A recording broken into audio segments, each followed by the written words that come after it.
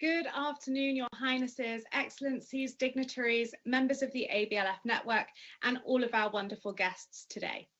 My name is Rasham Katecha. I'm a policy and strategy specialist based in the UK, and as ever, I am delighted to be here at the ABLF.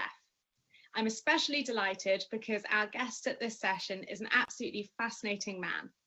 Amit Bouri is the CEO and co-founder of the Global Impact Investing Network. His work in impact investment began when he was a strategy consultant with the Monitor Institute, where he helped to produce the Investing for Social and Environmental Impact report. He left Monitor to co-found the GIIN in 2009. Amit previously worked as a strategy consultant with Bain & Company and has also worked in the corporate philanthropy units of Gap, Johnson & Johnson. He holds an MBA from Northwestern University's Kellogg School of Management and a Master's in Public Administration from Harvard University's JFK School of Government. So Amit, thank you so much for being here with us today. That bio is incredibly impressive. Well, thank you so much for having me. I'm so honored to be here with you and with all of our guests around the world. So I want to jump in and ask, you obviously work a lot around technology, and you are working to think about impact investment. So how has technology and the democratization of information and investment models changed the nature of impact investment? Well, I really appreciate the question. I feel like this is such an important time to talk about that topic because I think it's very much a work in progress. We're in the midst of a rapid state of evolution. And I'll focus on two areas in particular. I think one is you mentioned the kind of availability of data and information. We see increasingly a greater focus on financial information, but also on impact data. How do we actually understand the full dimensions of performance of a company or an investment? So thinking about, of course, there's a lot of focus on climate, but as we are speaking about the Sustainable Development Goals, there's a lot of opportunity for investors to start considering more and more data on things like, gender equity, racial equity, inclusion of people from lower socioeconomic populations, how we're impacting the environment, and to bring that data to the fingertips of investors to inform decision making. Now that is still very much in progress now, and we at the GIIN are doing a lot of work on the standardization of impact data, and also how do we use data benchmarking to understand impact performance. But I think it's an incredibly dynamic time and a lot of activity in the markets. The other big area I'd emphasize, of course, is on actually the business models themselves. And I know we're going to be talking about social entrepreneurs, but technology has unlocked a tremendous number of opportunities for entrepreneurs to use technology to better engage social and environmental impact in the way that they build companies. So this, of course, could be around financial inclusion and helping more people get access to financial services. It can also be around like agriculture and farming, and how do we actually better understand what's happening in agricultural markets where we have a lot of people working all around the world, and a tremendous opportunity for social and environmental impact. And so you mentioned social entrepreneurs. I want to pick up on that. What are the skill sets, in your view, that are required for social entrepreneurs that can make them flexible and help them adapt to sudden changes like the COVID-19 crisis? Well, I think this is a crisis that, of course, has tested all of our leaders, leaders of big institutions, and of course, entrepreneurs who are trying to build companies, which in normal times is incredibly challenging. And under these conditions, it's incredibly challenging to navigate all the different dimensions of uncertainty that we're all experiencing through the pandemic. What I do think is so important is to really, for all entrepreneurs, and especially social entrepreneurs, because the stakes are so high for their work, is to really explore how this pandemic and what we've learned from it can help us be more resilient. How do we figure out different ways to build flexibility into our business models? The way that you engage with customers, the way that you engage with suppliers, but really thinking about how to bring more agility and versatility. And so this means, for example, diversification of revenue streams, diversification of inputs and supplies. So there is, some of these risks are mitigated as we see the pandemic, taking shape and evolving very differently in different parts of the world. But I do think it is incredibly important for entrepreneurs and for their investors to really think about how we can build more dynamism into models, which I think is a pretty sharp departure from the way that business practices had been evolving around very kind of rigid approaches to maximum efficiency, which can be very cost effective in the short term, but has also led to a great deal of rigidity and inflexibility, which I think we're now starting to understand some of the implications of that in a world where we will have pandemics, but we'll also have climate crises and other shocks to our environment that are going to affect the business environment. Now, you've mentioned entrepreneurs and investors, but I want to talk for a second about kind of a key third party, governments, because of course the pandemic has dealt a huge blow to countries and economies around the world, and governments will have a huge amount on their hands to try and tackle some of the economic and health related issues. What are you looking for from governments to ensure that this focus doesn't damage impact investment or enables entrepreneurs to be able to be more socially minded? I'm so glad you brought this into the conversation, because governments write the rules of the game. They kind of like define the playing field, and all the rules by which we all operate. So it's incredibly important for us to also think about how do we foster ecosystems that will lead towards more impact. Now, every government around the world is thinking both about a developmental agenda domestically, and of course internationally as well. And it's important to recognize that impact investors, which we define as investors who are deploying capital to generate measurable, positive social and environmental impact alongside a financial return, as critical partners to government. And it's important for governments to think about how do we actually adapt the rules to channel more capital into high impact investments. Because I think ultimately one thing that's also been laid bare by this crisis that we're in right now is that government budgets and capabilities are not big enough to contend with the massive systemic problems that we're reckoning with. So it's important for government to really channel private sector towards driving those collective outcomes that we want to see. And I know we're focused on the UN Sustainable Development Goals, and this is such an important time for us to redouble our efforts and focus on those goals in this decade of action. But this decade of action is coming at an incredibly challenging time where we need all kinds of sectors of society marching towards the same goals. So government, of course, with its resources, but also in how it shapes the playing field for civil society and for the private sector. And you've mentioned the UN Sustainable Development Goals. Do you have a view on which of those goals would be most kind of impacted or most benefited by impact investment? Are there any goals you're particularly working towards? Well, we actually, at the GIIN, we work across sectors. And so we don't pick any one specific area, but our members work across a variety of sectors, ranging from things like agriculture, financial services, clean energy, how to better support biodiversity, but also cross-cutting issues, things like how to promote gender equity, racial equity, and mitigate climate change. So from our perspective, they're all important. And what I think is so impressive about the SDGs is that they're designed as a system. And they're intentionally designed by how do we actually think about catalyzing a move towards a more sustainable world, which means that we have to think about all these different dimensions captured in the 17 goals.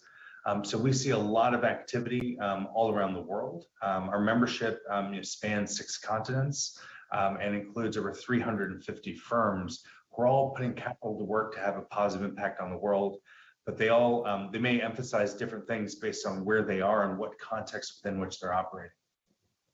Absolutely fascinating. And obviously with your experience, you lead the largest global community of impact investors dedicated to increasing the scale and effectiveness of impact investment. So across these countries, do you see differences in the way people are creating impact and leading to the delivery of those SDGs? Well, one of the things that why we're a network actually is to help spread good ideas more quickly around the world. So to help connect leaders who may be based in India, in Singapore, in China, to those who are based in the Netherlands, in the UK, in the US, in Brazil, and beyond. But what we see, of course, is a lot of emphasis in different regions. So take Asia, for example, there's a tremendous emphasis on climate, but also increasingly on natural capital solutions more broadly. And what I mean by that are ways in which we can actually use investment models to better strengthen and support nature. So that could include sustainable agriculture models, forestry models, even aquaculture, and how to better support healthy oceans. But those are huge issues that we see a lot of interest in across Asia. There's always been a particular emphasis on financial inclusion. And how do we actually get more people the security and the resources to help them become more effective entrepreneurs and to build more economic sustainability for their families, for their communities, and for their countries. And of course, a big issue is gender equity. And we see a lot of interest throughout our network around how to better promote gender equity through the ways that investors operates. And so that's an area where we still have a lot of room for improvement, but there's growing momentum around those issues. So do me and the audience a favor, give us a little bit of color in this picture. Do you have an example of a way that people are tackling gender equality or climate change through impact investment that has successfully been taken to other parts of the world? Yeah, absolutely. And so one thing I'll bring up is just one that a type of business model that we see around sustainable agriculture that has a number of positive impacts. And I think that's what's so incredible about some of the ways in which our members and impact investors broadly are really using investments to promote social progress. So one of the ways in which we see a lot of progress is around sustainable agriculture, which means how do you actually create ways of supporting agriculture that is helping to live in better harmony with the environment and lead towards a whole bunch of social benefits. So many people working in the fields, when it comes to agricultural projects, are low income. There's also a very high proportion of female farm workers around the world. And so helping to create the financing for models that create more economic opportunity for the workers, creates more kind of household stability and actually empowers women within their communities because they are generating income and have more economic self-sufficiency. But we also see a lot of environmental benefits. Sustainable agricultural practices are better for resource management, so the use of water and inputs, which are increasingly scarce. They tend to be better for the actual soil and the local environment. And agriculture can help sequester carbon and pull carbon out of the atmosphere and actually store it in the soil. And certain agricultural practices are better at that than others. And so we can see one type of thing that we all rely on. How do we get coffee? How do we get chocolates? How do we get all the things that we rely on for our day-to-day staples? And that if that is actually cultivated in a more sustainable way, it has a range of impacts, ranging from advancing gender equity to advancing progress towards climate change and also better supporting the environment. So you've talked, and that was absolutely fascinating, Amit, thank you, but you've talked at length about the benefits of working in a more sustainable way, and you talked earlier in the session about the need for governments to direct and incentivize businesses. How do you think businesses should be incentivized to create that more sustainable and equitable future, not just for their own stakeholders, not just for their own workers, but for communities as a whole? What more would you like to see to provide those incentives for businesses? Well, I think zooming out to the big picture, I think one thing we're all reckoning with is the system that we have in place right now, isn't working the way that we want it to be. We see a lot of volatility in the financial markets. We see a lot of kind of issues around climate and the environment, and we see a lot of social instability. So the system we have in place at the moment, isn't working for people. It isn't working for the planet. It's actually not working that well for investors either. And so ultimately what we need to do is redefine the way we think of success and redefine the way we think about performance. So it's not just financial performance without any consideration of other factors, but as you put it, it's actually factoring in the impacts and then performance across a range of stakeholders. So financial performance is absolutely important to sustainability of a business model and of course to investment portfolios. But if we want long-term results and long-term financial performance, we also need to be thinking about how to understand our social and environmental performance more broadly. The work that we do at the GIIN around a resource called IRIS Plus, which is a free public good we offer to the market. It's IRIS with a plus sign, is actually a system for investors to measure and manage their impact aligned with the SDGs. And that data, using those common metrics, can be incredibly powerful for understanding a broader set of performance measures. And I think ultimately, when you're getting back to your question about incentives, having that type of information, that data, and more technology to enable transparency of that data leads towards a very different landscape for the way that we can operate. We can now have investors who are prioritizing impact performance. And that's what we see amongst impact investors. Investors who are not just solving for one thing, which is profits at all costs, but actually seeing the purpose of money as being something more than just making more money, and trying to create value for local communities and for global issues. And of course, governments, to get back to that point as well, have an incredibly important role in helping to shape the rules of the game, so investors and companies have more incentives to think about their impact on a broader set of stakeholders. This is incredibly consistent with what people want. It's also incredibly consistent with what governments want. But we're in a moment of transition and evolution towards aligning our systems and our incentives towards driving the outcomes that we all seek. Incredible. I'm going to mention IRIS Plus one more time for anyone who didn't hear you say that, because I think that is so brilliant that you make that a publicly available good. And I now want to pick up on something you just said towards the end of your answer. You said it's what communities and people want. And I'm interested in that, because when you look at impact investment, when you look at businesses being driven to do the right thing, often people, consumers, will say that they want businesses that do the right thing and think about communities and are driven by more than profit. And yet you'll still see those same consumers, and I've been guilty of it myself too, purchasing from companies that are known for not being sustainable or equitable. Do you see a disconnect between consumers' behavior and consumers' ideologies, and how do you tackle that as an impact investor? I think we're, it's an incredibly important point, and I do think it's not.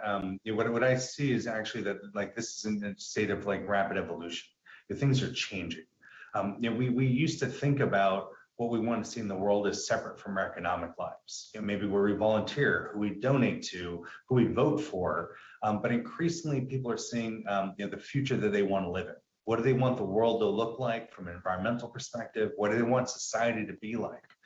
Who do they want to have opportunities? And now they're starting to connect that with their economic lives. And that includes where they work, what they buy, but also how they save and how they invest. And one thing that's happening right now is that we are increasingly getting more alternatives and options for people to invest and to consume in a way that is actually more consistent with their values. But I do think it's fair what you point out. There's inconsistent behavior, and I think people are still figuring this out. But I do think that one thing that's important is that when we think about the investment markets, what we see very consistently all around the world, and all the big banks have done surveys of their clientele, is that younger generations, and I don't mean just like kids, but also people in their 30s and 40s who are in their economic prime of their lives, increasingly want sustainability and impact to be built into their investment portfolios. And much of the work that we're discussing here today is how to actually drive that transition towards a more just and more sustainable and more fair world, which involves us creating kind of the businesses and the investment portfolios that are consistent with that. And you talk about just and sustainable and fair. And what strikes me is when you talk about fair, often that comes down to privilege, and those with privilege having to give up or create access to those without privilege. Do you find that when you make these impact investment decisions or through your work that there's resistance from groups, and how do you tackle that? Yeah, I think there is resistance from groups, and generally there's a lot of skepticism of investors and of companies in many communities. I think it's very understandable. Many communities all around the world have seen kind of resources extracted from their communities and not felt like they've seen the benefits from that. And so I think, this is also, it's important to note, a time of great distrust. There's something that our audience may have heard of, the Edelman Trust Barometer, which I find to be fascinating, which shows declining trust in many countries where they conduct these big surveys, that there's actually net distrust, not only of government, but of the private sector, and also even civil society and the media. But there is increasing kind of interest and faith in private sector playing a leadership role. And so what I think is most important is that we all kind of invest in helping to rebuild trust with communities. And to me, what that looks like is not just having kind of empty promises and platitudes and pledges, but really following through with real results. And that's why we at the GIIN have such an emphasis on impact performance, which you've heard me speak about a couple of times. But I believe that it's really important for us to not just have great intentions. And I do think intentions matter, but also to be able to demonstrate, through performance and data, the actual results that we're delivering to communities, locally and all around the world. And I think that is the transition that we see that technology can help enable, and that impact investment is helping to foster, which is a discipline of businesses trying to do more than just make more money for the shareholders, but also trying to think about how do they actually have a positive impact and create value for communities, create economic opportunity, create financial security, and create more economic mobility. And that's where I see the real opportunity, but I don't want to ignore the fact that it won't be easy. And we have a tremendous amount of work to be done, but I think it's so important for forums like this to highlight these issues, because to me, this is what leadership will be. In this next phase, of the world, is how do we actually incorporate and integrate these dimensions of social and environmental impact? And so it's just the new operating system. It's just business as usual, or the new business as usual, as I should say, that the way that investors and companies and employees see their success.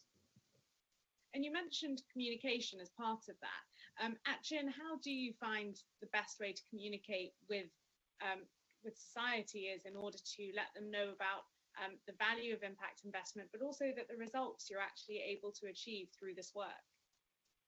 Well, what we do is we're always trying to reach broader audiences. We tend to focus more on investment audiences, and so that includes professional investors, large and small, all over the world. But increasingly, what we are thinking about is how do we actually reach like society at large? Because we are, this demand I've been speaking to you about, we're seeing it as well, and trying to figure out how do we tap into that. Increasingly, folks, even with a very modest means, want their money to be invested in a way that is providing a better future for their families and for their communities. And that's an incredibly powerful force that we all need to tap into. So we do a lot of work with the media, and increasingly we're trying to reach more broad-based media all over the world, and also trying to reach folks on social media. And so please feel free to follow the GIIN at Twitter, or on Twitter at the GIIN, or myself at Amit Bouri, because we are hoping that we can tap into broader audiences who really want to see a world in which we are investing in a better future. And we can't afford for impact, for capital to underperform when it comes to impact. Absolutely. Well, everybody, that's the Twitter handles to follow, so make sure you get on those. I want to come into you specifically, Amit, about your experience. You obviously held, impressive positions at top private sector companies like Bain, Gap, and Johnson & Johnson. What lessons have you brought with you from those organizations into GIIN, and how do you think people can take private sector experience and be successful impact investors? Well, I think for me, in terms of my own experience, I'll also bring one other dimension that's very important to how I work and how I think about the significance and purpose of my career and the work that we do at the GIIN. I also, I grew up low income. I was raised by a single mom, and I had experienced a tremendous amount of opportunities from an educational perspective and from a professional perspective as well. But I'm very cognizant of the fact that the mobility that I've experienced in my life is hard to come by.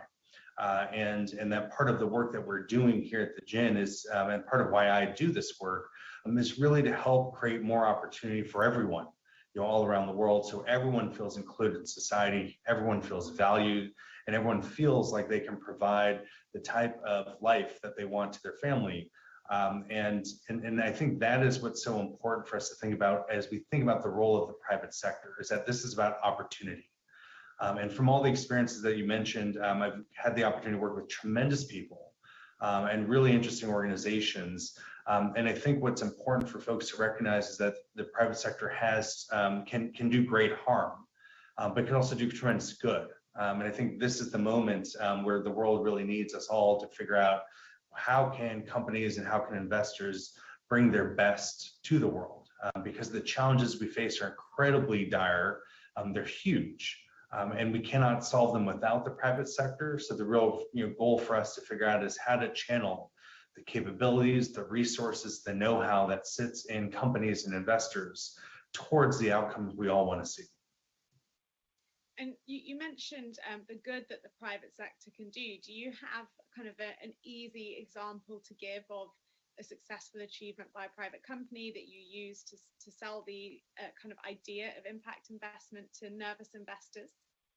Well, I'll give a few, and I think without plugging any one company, I think because I want everyone to think about how they can do this in their own company, but I'll give a few examples of things just to start, kind of open up, some possibilities. So some things that I think I've always found very interesting. There's a number of food companies who are actually thinking about how to build more regenerative and agricultural supply chains. More regenerative and sustainable supply chains when it comes to the agriculture and the ways in which they actually source their products. This can create, as I mentioned earlier, when it comes to agriculture, tremendous benefits from a social and an environmental perspective. But we are seeing many companies that are actually trying to invest in their supply chains in a way that actually creates more economic opportunity for where the product comes from, not just where they deliver it to the end consumer. A number of technology companies have actually been quite, I'd say exemplary in their adoption of renewable energy and support of more kind of, a transition to net zero for their operations. But also something that's gotten less attention is that a number of companies have actually been moving their corporate assets, so their treasury assets, which is largely cash and other low risk, kind of low return investments, into impact investment opportunities. And so this includes like community banks, banks that are reaching kind of racial minorities and indigenous communities. And those resources can have tremendous impact, and people tend not to think about them because it's effectively just a savings account. And we also see a great degree of innovation. Companies who are using venture models to invest in the next wave of technology that can do anything from help sequester carbon from the atmosphere, to help develop more financial inclusion, to help actually increase access to things like healthcare, which are so critical. So I think this is the time when the sky is the limit. And one thing that's been very interesting for us at the GIIN is over the past year or so during COVID, and as we all contend with this pandemic, we've always been working with a lot of investment firms, but we've had a lot of corporates join our membership as well because they're interested in how they can use their financial assets as corporates towards impact investments. And so I do think this is a time of incredible innovation and opportunity. Well, Amit, thank you for that extremely detailed answer. You've given everybody lots of food for thought. We could speak to you for several hours instead of the half an hour we've just had. That was so incredible, but I'm afraid I do have to wrap up. So thank you so much for the incredible work you're doing with the Global Impact Investing Network. To our wonderful audience, please do give them a follow and do think about the work you're doing and how you could be more impactful in your work in terms of creating a more sustainable and equitable future. So Amit, thank you so much for your time. To our audience, if you've got thoughts about impact investment, you can post on our live social media wall with the hashtag ABLF City, and do remember to at Amit in that. And remember that if you missed a part of this brilliant session or any other session from today or previous conclaves, you can come right back here at the end of the day and watch them on demand anytime. So thank you, Amit, and thank you all for joining us today. Remember that we are back every month featuring global leaders in powerful conversations. Great. Thank you so much. Pleasure.